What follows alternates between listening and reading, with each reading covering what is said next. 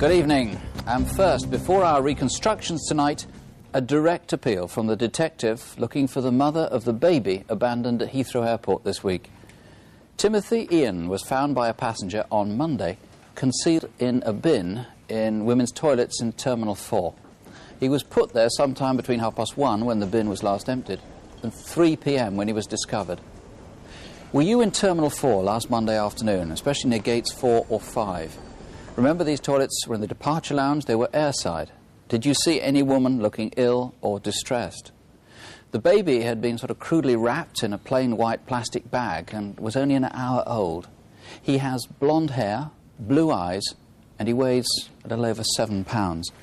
Alan Garrett, you've had a lot of publicity for this already. How can Crimewatch viewers help? Well, the impression that's been given is rather one of a child that's been found. And, of course, the child is now thriving. But the difficulty is that the child was, in fact, dumped. And, of course, the person that's responsible may be more readily identifiable than the public may have been led to believe so far. Someone in a panic, someone in deep despair. It was actually just dumped, tipped upside down into a bin full of dirty nappies and heaven knows what. And things. That's correct, yes. So you think that she would have been identifiable to people who were in the terminal at the time? Yes, a person who'd been passed through childbirth without medical care, needed medical attention, a person who had been in deep distress, heavily traumatised, and may now deeply regret what has occurred. Now, given that this was in the departure lounge, surely the likelihood is that she's not in the country now, nor most of the witnesses that you want to trace. That may be true, but there are 3 scenarios that could have occurred. One, a person departing from Heathrow, leaving the country on a flight from Terminal 4. The second is more complex, of a transit passenger who has passed through the controls and may not have, in fact, be staying in at Heathrow. They're passing through, changing planes. So this woman could have been in Terminal 1, 2 or 3? Exactly. The third alternative, of course, is a member of staff at Heathrow. How old was the baby when it was found? Do you know, was it born in the toilets? There was certainly no evidence to suggest that it was born in the toilets. In fact, I don't know where the child was born.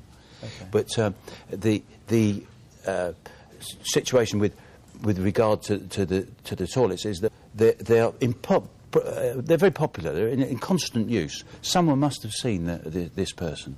Okay, and obviously the mother, whoever she is, needs help. If you know anything at all, please call us. If you're interested in adoption, though, please don't. Not here in the studio. We only need to hear from you if you were at Terminal 4 on Monday afternoon this week, or in any of the other terminals where you saw something that could help with this inquiry. If you like, you can call officers at Heathrow Airport. They're on 0181 897 1212. That's 0181 897 1212. Now for news of cases we featured in the past. As you may have heard, a man has been charged with the murder of Vicky Thompson, the Oxfordshire housewife who was attacked while walking her dog last August.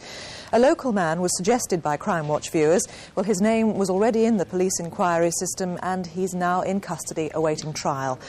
So are 2 youths who were identified by viewers after seeing our appeal about a violent attack in London's Marylebone Station. Between them, they've been charged with GBH, robbery, resisting arrest and assaulting a police officer. And as a direct result of other Crimewatch appeals, 5 viewers identified a man who's since been charged with 3 counts of theft. Finally, as you'll have heard, a man is facing trial for the murder of the French hitchhiker Céline Figard, though his arrest wasn't as a direct result of last month's programme. This now is one of the cruelest crimes we have ever covered. The victim of a burglary was left callously and tightly tied up for a week and a half to die. It started on, of all times, Christmas Day, when crime is almost non-existent. Yet 2 break-ins happened within a few yards of each other off the High Street in London's Camden Town. Oh, this is great. Here we go. Did you make it yourself, Kat? Just the camera set up. Looks beautiful. Face the camera. Oh. Right, yeah. Right. Thinks he's a court photographer. How are we looking? Alan Holmes lived by himself on Parkway, one of the main roads through Camden. He'd moved over from Northern Ireland 32 years ago and worked as a garage attendant at Kentish Town Police Station. He was a private man, but had lots of friends, including the Horgan family, at whose house he spent Christmas. For you. Want some milk, Julie? Oh, you're embarrassing me. I didn't know we were giving presents. Don't be so silly. Look, I'll open it later, all right? No, go on, open it now. Let's see what we've got then. Great. Thanks. So bloody cold in your place.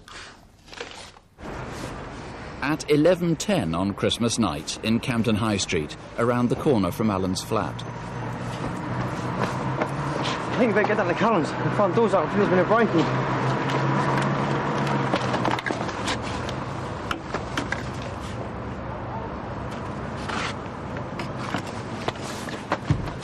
UK receiving 809. Leave that for now. Take Alan home first, do it when we get back. Oh? This guy inside, I think. You take the left and I'll take the right.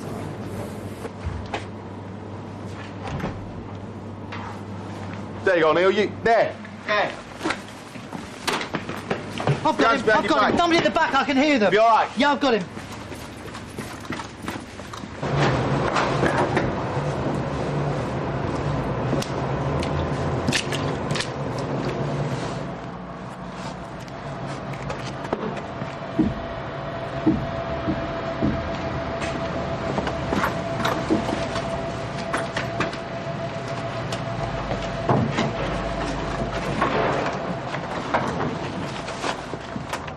A helicopter was called in with thermal imaging equipment to scan the rooftops, but the burglar wasn't found. This'll do fine. We'll take you to the door. No, honestly, I need a walk after all that food. Good night, Pet. Oh, good night. Happy Christmas, Alan. Merry Christmas to both of you. Yes. Thanks a lot. Bye. Bye.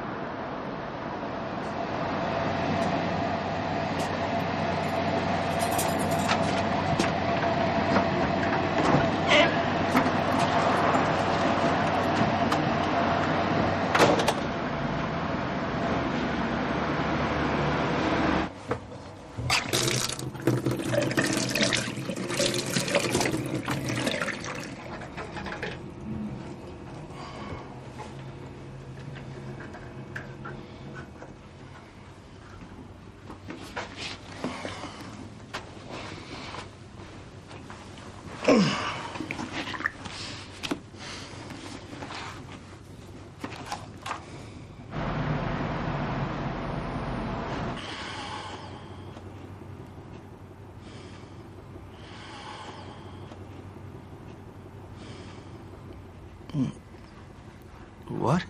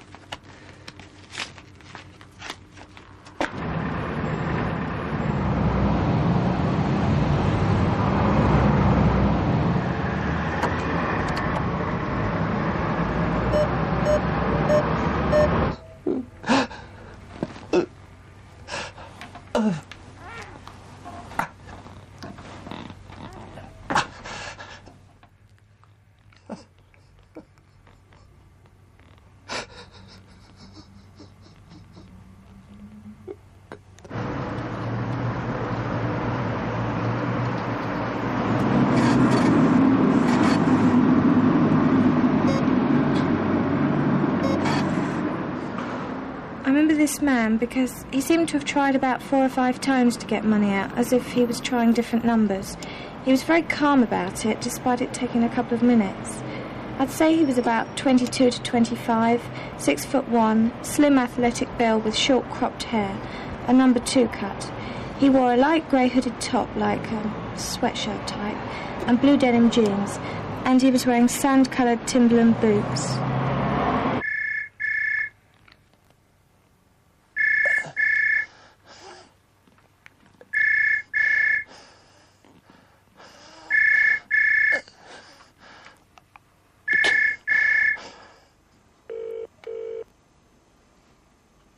He was always out and about, so it wasn't unusual for him not to be there. just the idea of him suffering. When I was trying to contact him, it seemed so cruel. It's something I think it'll haunt me for the rest of my days. At the Shell building on the South Bank in London, Alan's card was used in the Lloyd's cash till 7 times.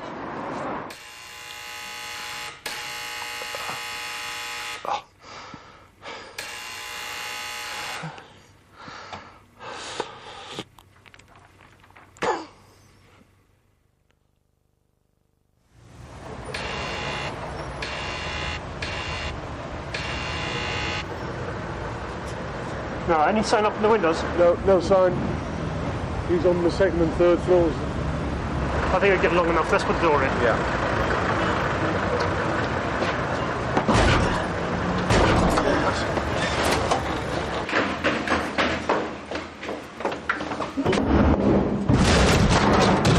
Come in here.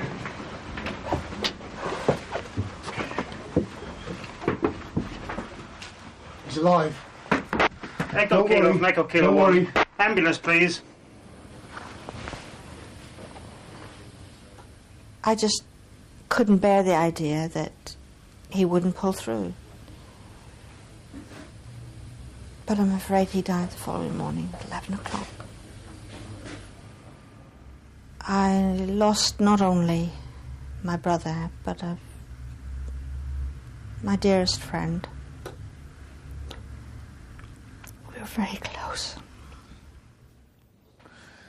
The horror of how Alan died is frankly not suitable for broadcast. John Yates, perhaps we should make it clear, first of all, that when there was the break-in at Cullen's, the supermarket, and one man was arrested there, you're pretty sure that he had absolutely nothing whatsoever to do with this murder? That's correct. He's been completely eliminated from the murder inquiry. So the one sort of burglary was happening and someone else was in looting as well, and had then sort of escaped round the back.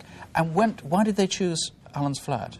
Well, it was the only occupied flat in that block. The block's been redeveloped at the moment, and that was the only flat that was occupied. Now, how can our viewers help? What can they do? Well, there's a number of areas that we're looking for help. First is there's the man who you saw on the film who drew the police's attention to the burglary.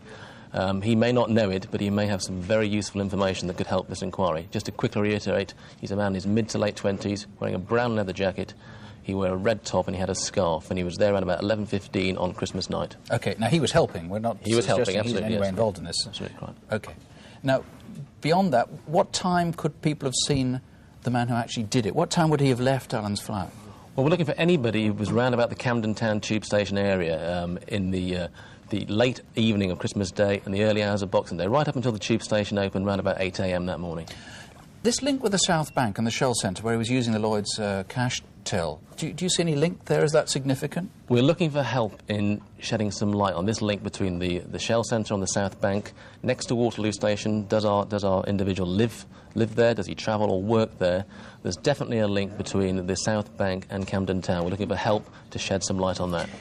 What was taken, apart from his wallet, his cards? We have some silver photo frames. I emphasise the picture you see is a computer-generated enhancement. It's not an exact one. And they're about 5 inches by 4 inches. There's 2 of them. They've been in the family for some generations. Have you bought these, or have you been offered them and bought them unwittingly? OK, they'd be over 100 years old then. They would be, yeah. Presumably he wouldn't have kept this to himself, or would he? What do you think? Well, I don't know. I mean, it's an appalling crime. It's difficult to imagine the dreadful circumstances in which Alan died. And I've just asked finally to people to focus on this point. Alan was tied up for 10 days, and during that 10 days, his bank account was milked of approaching £1,000. It's inconceivable, I think, that the man or the individual responsible hasn't boasted or bragged about this to his friends, his family, or even his associates. We want their help now in bringing this man to justice. John, thank you very much. Please don't hesitate to call if you can help. Here's our number in the studio, 0500 600 600. That's a free call number. Please don't let this dreadful crime go unresolved. Here's the incident room number if you prefer to call that. That's on 0181 733 6257. 0181 733 6257. Now, road rage has become a catchphrase. Usually it means verbal abuse or drivers making vulgar signs at one another. Sometimes, of course, it's dangerous, with drivers deliberately swerving or going too close. On rare occasions, there has been physical violence, but in this case, though it's hard to believe, it led to murder. 3 weeks ago, in the early hours of Friday, February the 9th, 39-year-old Peter Swales was travelling with his sister Linda and brother-in-law David Reed in Fitzwilliam, which is a small village near Pontefract.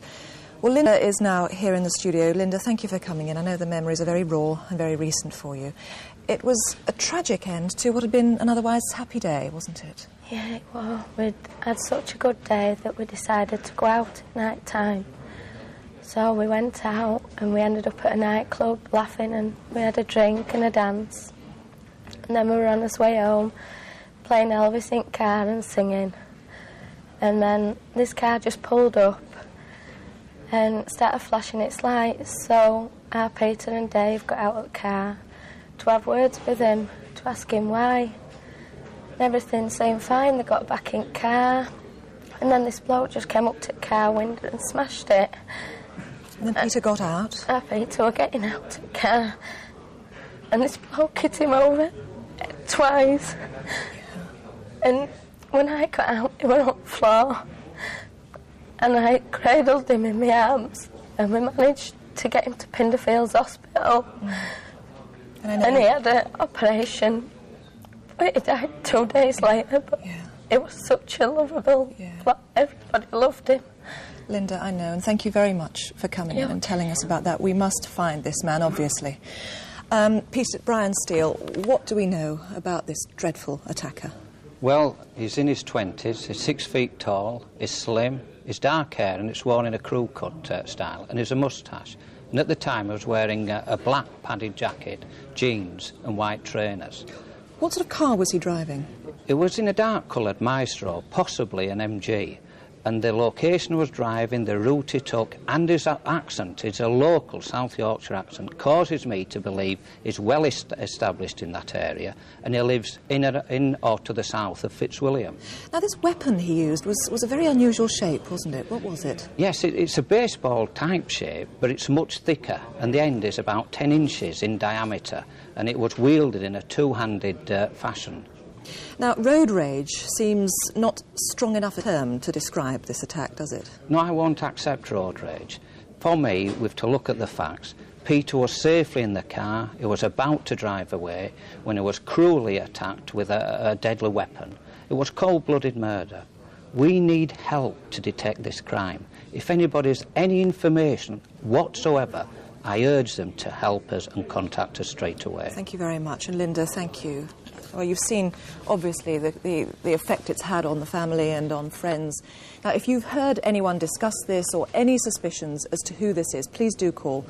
The driver is in his 20s. He's roughly 6 foot tall. Here's the number. We have 40 lines in the studio, but if you prefer to call the incident room direct, that number is 0800 318 001. That's a free phone number, 0800 318 001.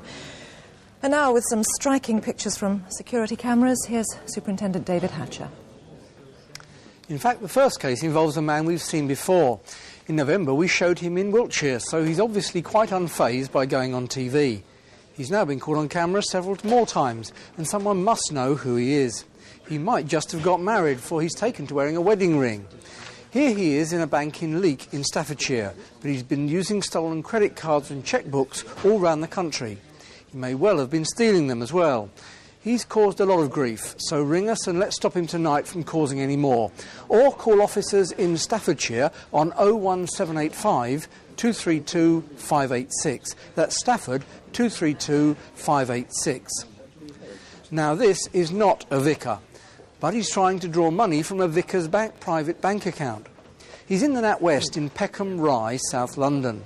The bank seems to have a queuing problem, but that's not all. The man walked off with a large sum of someone else's money. As if that wasn't enough, 6 days later, here he is doing it all over again. This time the manager warned him to be careful with so much cash. Who is he? 500 600 600 is the studio number, or you can contact the robbery squad on 0171 732 1212. That's 0171 732 1212. And out of central Milton Keynes, on Friday the 1st of December, a man was seen loitering around the car park outside the council offices there. He's white, he's 5 feet 10 inches tall, with a very distinguishable tattoo.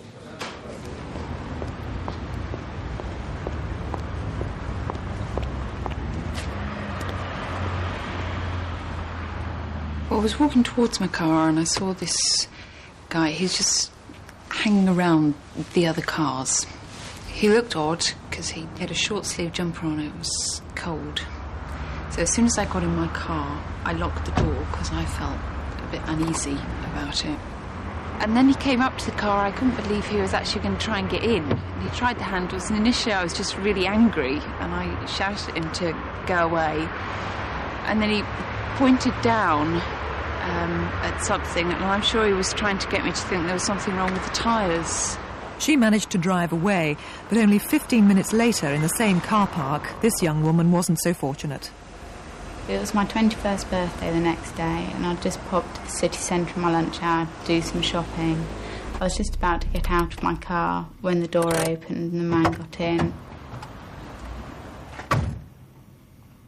I'll never ever forget the first words that he said to me. Don't get out, just drive. He'd only been in the car for about 2 minutes when I asked him whether he was going to hurt me. And he said, no, I won't hurt you. Just do as I say and you'll be all right.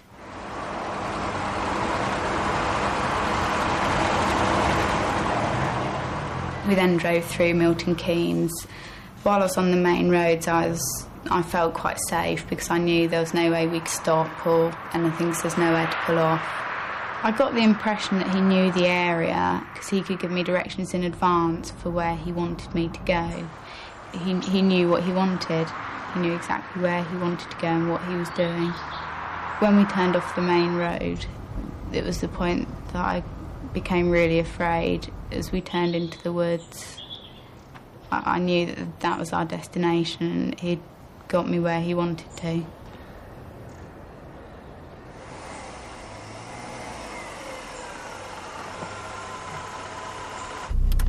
So I said, please don't hurt me. If you want money, I'll get you money. If you want me to take you somewhere, I'll take you somewhere. So just do as I say. You don't know what's going to happen. I thought he was going to kill me. The assault itself was so totally disgusting and degrading. I can't even tell my family or my boyfriend what happened. It's something I can't come to terms with myself.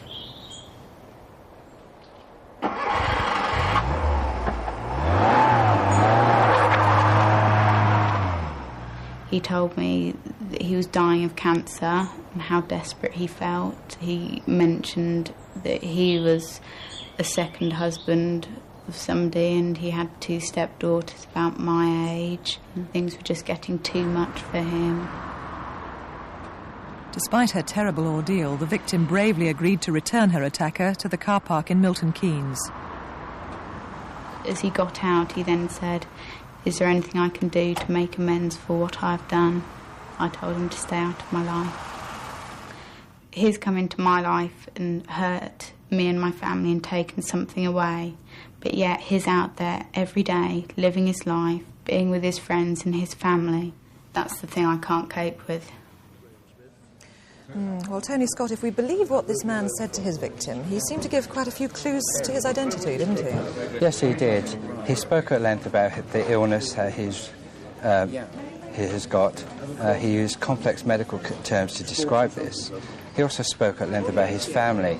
He stated he had a brother he hasn't seen for 20 years. He has 2 stepchildren and 2 children from a previous marriage. He spoke of all of these matters at quite a long time. But of course he could be bogus, all this could be false. Yes. The victim believed that when he was saying this, that he was talking genuinely. But at the end of the day, we must take into consideration that he could be lying. Another thing we do know about him is that he's a smoker. What does he smoke? Yes, he smokes Benson & Hedges Super Kings, and that's a red packet. So what did he look like? Well, he's a white male, aged about 45, 55 years old. He's 5 foot 10 inches tall, quite a stocky build, and he's got very short grey-white hair, almost a crew cut that's just growing out. He has a tattoo on his right forearm, which is of a dagger. It's a faded tattoo, but there's a ribbon or a scroll running through the dagger. Now let's just have a look at the trousers he was wearing on the day. This is a similar pair. Yes. It's a light grey pair of jogging trousers he's wearing on the day, with the words "World Famous" down the left leg. And he's wearing these with a pair of white high-tech trainers and a short-sleeved top, which is unusual because he's very cold that day. Now, this man, as we said, had been seen loitering around the council offices. He'd approached women in the past. Do you think there are other women who may have been approached by him who haven't come forward? That's very probable. This person knew exactly what he wanted to do. We have to remember that he approached 2 women beforehand and tried to get into their cars. He wasn't going to give up. He was out to indecently assault somebody that day. It's very likely he's done this before. He's a very confident man. He knew what he was doing. He's very calm. He's fully in control. Tony Scott, thank you very much. And there is a reward as well in this case. Yes, sir. Now, if you think you know this man, do call us here now or call Officers Direct in Milton Keynes. That's on 01908 686 343. That's 01908 686 343. Just tell you, among the calls that we've taken, one has come in on baby Timothy. Ian, from the Director of Social Services at Hillingdon, of course acting as guardian for the baby. And it's an appeal from the Director, Julia Ross, who asked us to transmit this to the mother. If you're watching, please, please come forward. It's in the best interests of you and in the best interests of the child. What we're about to show you now is the unfolding of an unusual street robbery in South London, in Camberwell, last year. A student was walking home in the early hours of the morning when he was accosted by 4 youths. While he was being held, one of the men ran off with his cash card. Now you can see he hesitates outside the cash point, then tries another one round the corner, and now you can see the victim between 2 of the robbers. The boy in the checked shirt appears to hand something to the victim.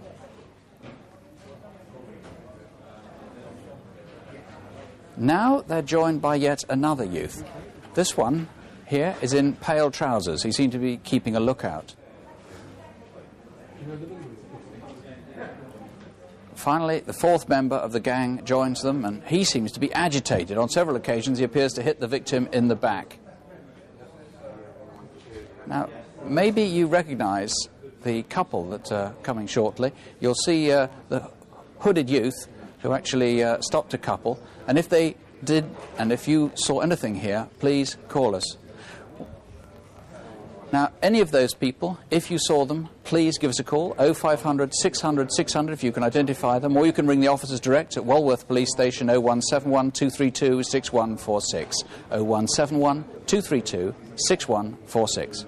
Now here's Detective Constable Jackie Holmes. I have 2 appeals. First, about a man who's been stealing credit cards, or at any rate has been swindling people with cards that have been stolen. Here he is at the NatWest Bank in Eastwood, Nottinghamshire, trying to draw cash. This was taken last April. More recently, in fact last month, he was seen twice in Yorkshire, again using stolen cards to obtain cash. You can see he's got quite a heavy build. Incidentally, he operates all over England, so do watch out for him. 0500 600 600 is the number here in the studio, or call local police on 0121 643 8785. That's Birmingham 643 8785. My second appeal this month is about an attempted murder near Northampton. It started with an argument between 2 rival gypsy families and culminated in a man being shot at point-blank range. This man, Samuel Willett, left the caravan site soon afterwards. He's aged 51, stocky, and is sometimes known as Samuel Lee. Since he's a traveller, he could be anywhere. We know he has relatives in Cambridgeshire, Bedfordshire, Hertfordshire, Warwickshire, Essex and all around London. He might also have a firearm, so please do be careful. 0500 600 600 or call officers in Northampton on 01604 703 925. That's 01604 703 925. Well, the phones have already been busy this evening. As we've heard, an air hostess has called saying that one of the passengers could have been the mother of baby Timothy. The Alan Holmes murder, we've had a few calls suggesting people who may have been responsible for that. The connection between Camden and South Bank, we're told, is that both areas are used by skateboarders, so there may be a tie-in there. Several names have also been suggested for the Oxford Street cash point man, and on the Peter Swales murder, various suggestions have been given for the murder weapon used. But do call in, of course, if you have any clues, however tenuous you think they are. Give us a ring here. Now, let me tell you about more of our results. We had 280 calls on our reappeal about Margaret Wilson. That was the murder on Humberside, where 2 local tractor drivers watched in horror as a man ran up behind her in a lane and stabbed her.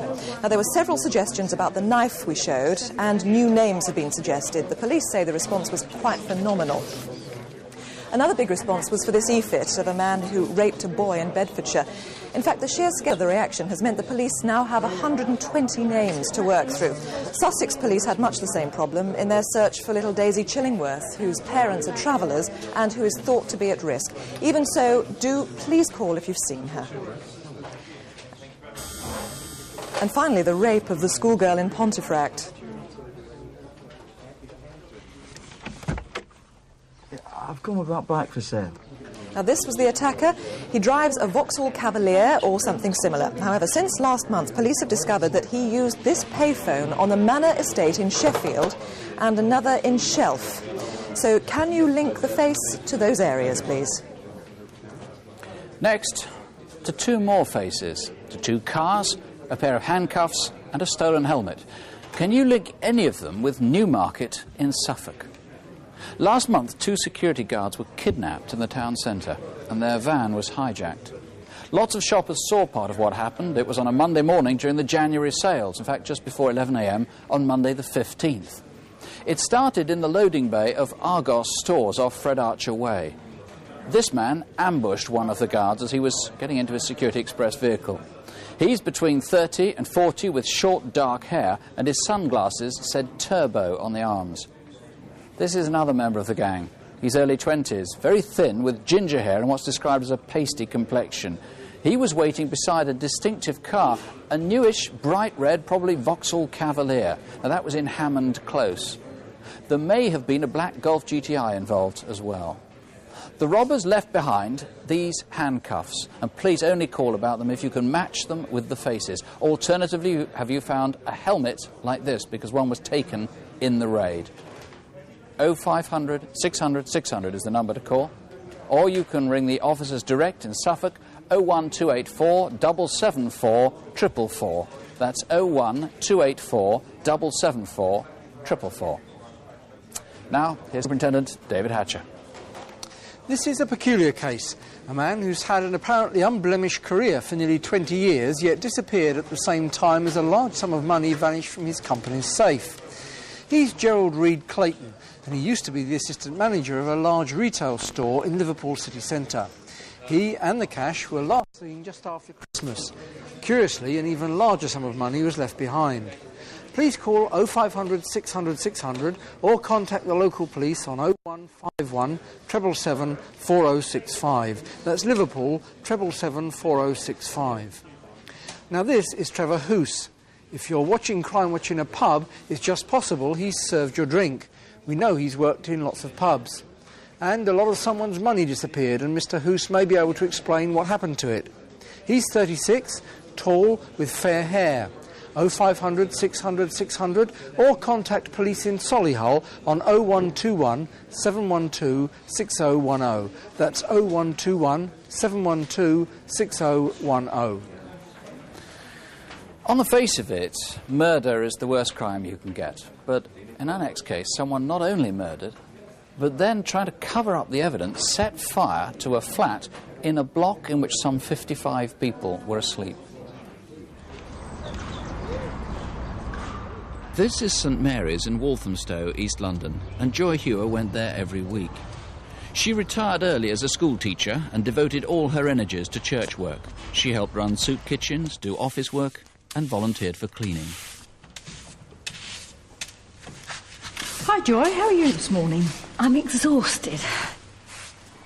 Joy would very simply have said that her life centred around Jesus. That was her life, and it was expressed by involvement in churches. When you arrive as a new vicar in a parish, as I did in July '94 here at St Mary's Walthamstow, some people avoid you because they think you're busy settling in, or they think the vicar's too important to come and call on. But one of the very first person to call on me was Joy Hewer. He said, I just want to welcome you to Walthamstow, you and your family, and say how pleased we are that you've come. And she had a bunch of flowers to give us. She had a big grin all over her face and just said, it's so nice to have you. And off she went. One of the churches that Joy attended on a regular basis over the last 2 or 3 years was the London Healing Mission in Notting Hill Gate in West London. It was an important part of her life, and she went there every Tuesday and Thursday regularly. She attended meetings there, I believe, on those days, and also helped out with some of the administration connected with the church. That evening, Tuesday, October the 17th, Joy got home about 6 o'clock. The couple living 2 floors beneath her were also home that evening. I'm back! Oh, your mum called. How long ago? Just now. Okay. Upstairs, Joy was staying in and was also on the phone. Hello, Steve. Oh, Tim. Is your dad there? When will he be back? Can you tell him I called and ask him to give me a ring back? It's nothing terribly important, but I'll be in all night if he wants to give me a call. Lovely. Thanks. Bye.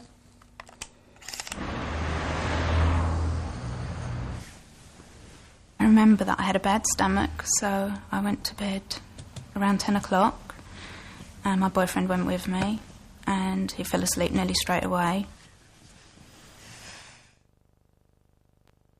About 10:30, I was woken by lots of banging noises, crashing furniture being thrown around or something. And I was a bit worried because the flat above was empty and I thought somebody might have broken in there. Carried on for at least 5-10 minutes.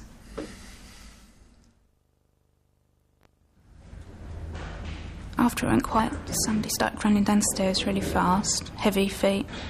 Must have been a heavy person. Sometime after 10:30, a motorist on Forest Road almost collided with a man sprinting from St David's Court. Did you see something too? Another motorist, a good Samaritan, may be a further crucial witness. Was this you? Hello, you know the junction,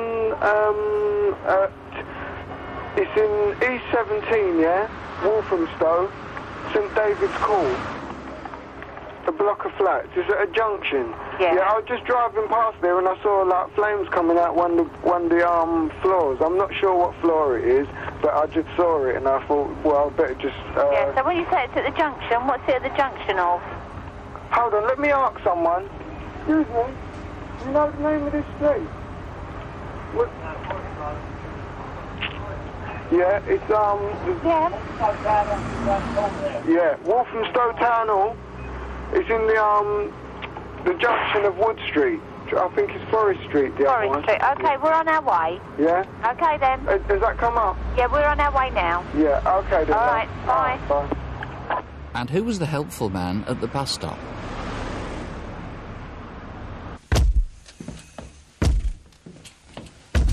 We had no idea if anyone was involved in the fire.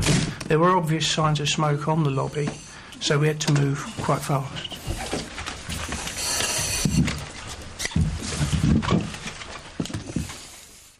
When firemen found Joy, she was already dead. She'd been stabbed. Can you imagine what it's like for my parents? I mean, my parents are both very elderly now. They're not too well. For parents to see a child die in any circumstance before they go is pretty catastrophic.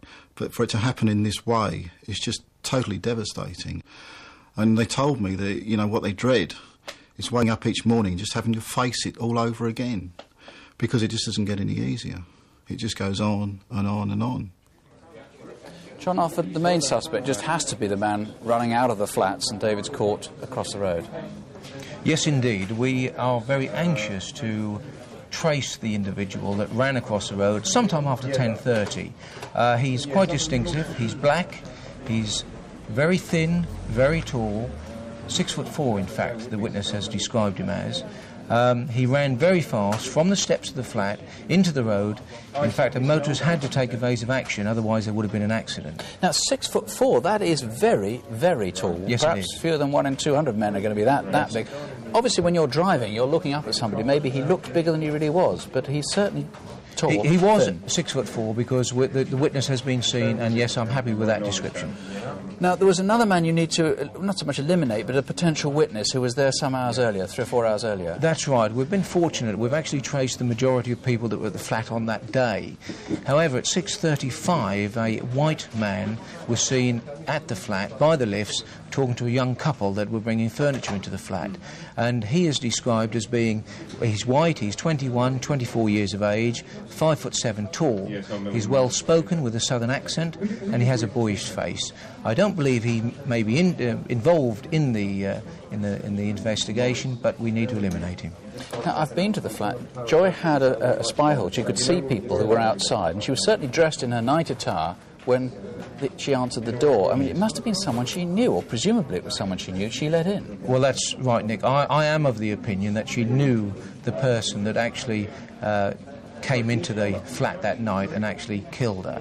She was a cautious person. We know that from our investigation. She would use the stairs rather than the lifts. She would use the British Rail stations rather than underground when travelling to London. So in my opinion, she would not have allowed anybody into that flat unless she knew who that So you need was. to know everybody who knew Joy, or who knew just any pieces of the jigsaw that you can bring together about her life and who she knew. That's absolutely right. At the moment, it's a motiveless crime. We need to hear from all people that knew her in order that we can ascertain her background. And there's certainly she attended various churches. One was the London Healing Mission, and we would like to hear from present members and past members if they can help us with this investigation. John Ufford, thank you very much indeed. 0800 600 600. If that's busy, then you can try the instant room on 0181 345 4351. That's 0181 345 4351. Now to a man who must be caught soon. He's responsible for a serious assault on a schoolgirl in Gillingham in Kent. Now, he called at her house in the afternoon of Friday, the 19th of January. He's in his early 20s, about 5 feet 8 inches tall. He's slim, with brown cropped hair. It's possible he was in the area for several hours that afternoon, so if you saw him or if you know who he is, please call. 0500 600 600 is our number, or if you prefer the incident room in Maidstone, that's 01622 654 321. That's 01622 654 321. Members of the public often act with a courage that surprises even themselves. As a result of one of these occasions, an armed robbery was foiled. I can't give you the details because one man is already charged with the offence, but this man may be able to help when the case comes to trial. He's Brian Anthony McShane. He's 28, average height, and has a tattoo of a dolphin on his left forearm. So if Mr McShane is watching, or if you know where he is, call the officers at the Flying Squad on 0171 407 6319. That's 0171 407 6319. And finally, this man, who's sought in connection with serious sexual offences. The victim was a young man with learning difficulties.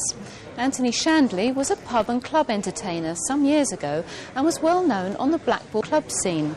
He's 42, very short, about 5'3", and usually wears a Trilby hat. His stage name was Terry Shannon, and he's described as seeming honest and outgoing. But where is he now? Please call the Family Protection Unit in Blackpool on 01253 745 205. That's 01253, the code for Blackpool, 745 205.